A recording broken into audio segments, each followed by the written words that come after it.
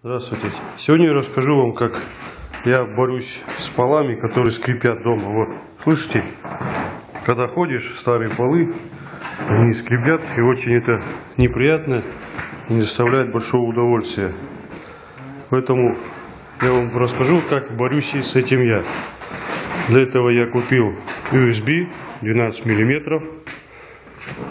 Вот, толщина.